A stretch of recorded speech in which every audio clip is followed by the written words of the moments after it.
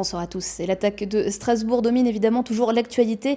48 heures après les faits, un nouveau bilan fait état de 3 morts. 5 personnes sont blessées graves et 8 sont blessées légers. Aujourd'hui, place aux hommages et on part tout de suite à la cathédrale de Strasbourg où se déroule, en ce moment même, une veillée pour rendre hommage aux victimes. L'invitation pour ce moment de recueillement et de prière a été lancée par l'archevêque Monseigneur Ravel à l'ensemble des représentants religieux de la ville, aux responsables politiques également, aux habitants de Strasbourg et aux touristes. La cathédrale est remplie et la cérémonie a commencé à 18h en présence notamment de quelques responsables politiques comme Roland Ries, le maire de Strasbourg, Frédéric Bierry, le président du département du Bas-Rhin, Brigitte Klinkert, la présidente du département du Haut-Rhin. Et en voici tout de suite quelques extraits. On écoute Monseigneur Ravel.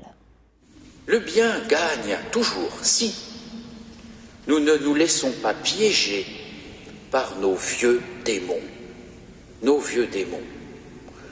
Ne nous laissons pas prendre à la tactique des vieux démons toujours présents chez nous en ce début du XXIe siècle. Je pense à ces faits récents d'antisémitisme à Herlisheim, commis au nom d'une foi, entre guillemets, nazie, qui tague des tombes pour bafouer les morts et les vivants. Voilà un vieux démon. Je pense à l'instrumentalisation politicienne qui va, par cet attentat, empoisonner à nouveau la véritable question des migrants. Voilà encore un vieux démon. Je pense à la simplification réductrice de ceux qui voient les religions comme des sources inévitables de division. Ils ne manqueront pas de relever le profil du tueur. Je pense à la manipulation de la colère sociale qui se fait jour chez nous.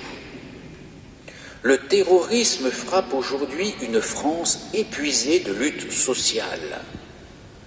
Il peut réveiller l'esprit de division. Voilà encore un vieux démon. Et la cérémonie à la cathédrale se poursuit donc actuellement. Et dans les rues de Strasbourg également, les hommages se multiplient. Toute la journée, des passants ont déposé des fleurs et des bougies, rue des Orfèvres, mais aussi rue des Grandes Arcades, rue du Saumon et place Kléber, où des rassemblements spontanés ont eu lieu. Le tireur, lui, court toujours. En milieu d'après-midi, une nouvelle intervention policière a eu lieu dans le quartier du Neudorf. Un dispositif policier impliquant le RAID était sur place pour cette opération qualifiée de levée de doute. Les forces de l'ordre ont procédé pendant près de 2 heures à des vérifications de domicile. L'ensemble des rues aux alentours étaient donc bloquées et les enfants de l'école du Schlutfeld sont restés confinés. Leurs parents ont dû attendre pour les récupérer. L'opération s'est terminée aux alentours de 17 heures sans aucune interpellation. Et puis dans le cadre de l'enquête menée par le parquet de Paris, une 5e personne a été placée en garde à vue dans la journée. D'après les dernières nouvelles d'Alsace, l'homme aurait hébergé le suspect Cherif Shekat à son domicile dans la nuit de lundi à mardi, précédant donc l'attentat. Une chasse à l'homme qui se poursuit aussi côté allemand où le suspect aurait des attaches. Le contrôle aux frontières a donc été rétabli hier dans le cadre de l'activation du niveau urgence attentat du plan Vigipirate. Et il faut s'armer donc de patience pour passer la frontière. Toutes les voitures et les camions sont fouillés. Des panneaux sur l'autoroute annonçaient jusqu'à 4 heures de bouchons vers Kehl sur le pont de l'Europe à la mi-journée. Et les accès à l'Allemagne étaient également saturés du côté de Gamsheim, Roppenheim et du pont Flimelin. Reportage de Camille Roland sur le pont de l'Europe. Sur le pont de l'Europe, les kilomètres de bouchons n'en finissent plus. Depuis hier, les automobilistes doivent prendre leur mal en patience pour traverser la frontière.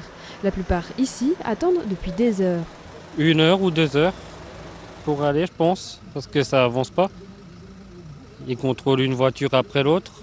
Je suis partie à 7h du matin, je travaille à 8h en Allemagne, et puis voilà, je suis encore là. Je suis frontalier, donc je passe tous les jours par ici. Ces 2 derniers jours, c'est un peu plus compliqué, mais j'arrive à comprendre pourquoi. S'il n'y avait pas de blocage, je pense que c'est la porte ouverte pour passer à qui voudrait s'enfuir. Alors que l'auteur présumé de l'attentat à Strasbourg est toujours en fuite, les contrôles aux frontières sont rétablis sur les ponts qui enjambent le Rhin, à l'entrée desquels tous les véhicules sont arrêtés et chaque coffre est fouillé. Les policiers français et allemands observent avec attention les passagers. Jean-Marc, camionneur, montre bien volontiers son chargement.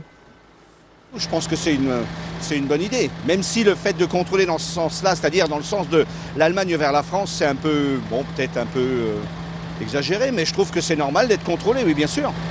Même si ça prend plus de temps. Même si ça prend du temps, je crois qu'il faut passer par là, oui, absolument.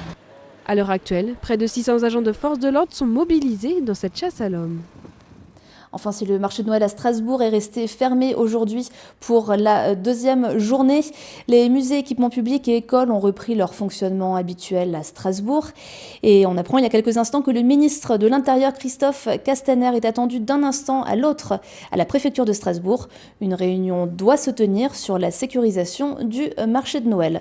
Plus d'informations donc sur le sujet demain et sur nos réseaux sociaux d'ici là.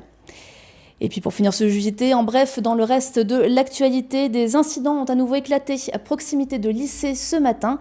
À Mulhouse notamment, le lycée Schweitzer a été bloqué par un groupe d'élèves. Une poubelle a pris feu. Et puis dans le quartier du Marais à Schiltigheim, près du lycée Émile Matisse, plusieurs dizaines de jeunes ont bloqué la circulation en début de matinée. La circulation des bus et trams a également été perturbée. Un rassemblement qui s'est tenu malgré l'arrêté préfectoral interdisant toute manifestation, alors que les forces de police sont concentrées sur la traque du tireur de Strasbourg. Et puis on va finir ce JT avec un petit peu de culture. On part à Paris à présent. Nora Boirio a visité une galerie qui célèbre les 10 ans d'existence, ses 10 ans d'existence, avec une exposition consacrée à Tommy Ungerer.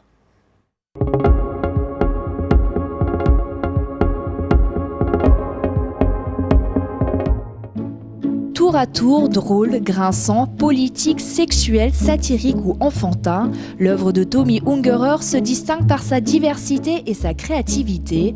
Le célèbre dessinateur-illustrateur alsacien fut l'un des tout premiers artistes exposés à la Galerie Martel à Paris.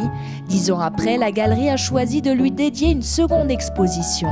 Son dessin, qu'en le regardant, il pose toujours des questions. Des fois, c'est un dessin minimaliste, mais on peut voir plusieurs niveaux de complexité et il est complètement libre.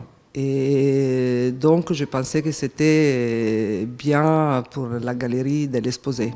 Ici sont exposées 70 œuvres créées entre les années 60 et peu après l'an 2000, issues pour la plupart des recueils satiriques Babylone et Rigor Mortis, avec des thématiques toujours d'actualité. Les thématiques de Tommy sont souvent récurrentes.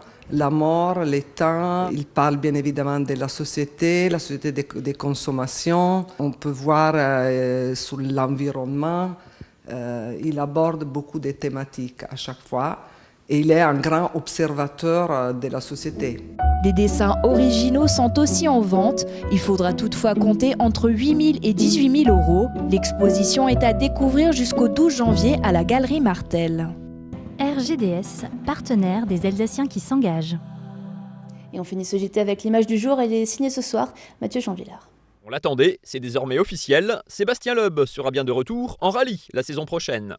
Après 18 saisons passées chez Citroën et Peugeot, il s'est engagé pour 2 ans avec Hyundai.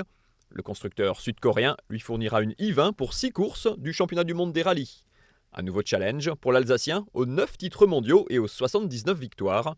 Il abandonne donc définitivement le rallycross après 3 saisons et sera au départ du prochain rallye Dakar sur une Peugeot 3008 privée en janvier prochain.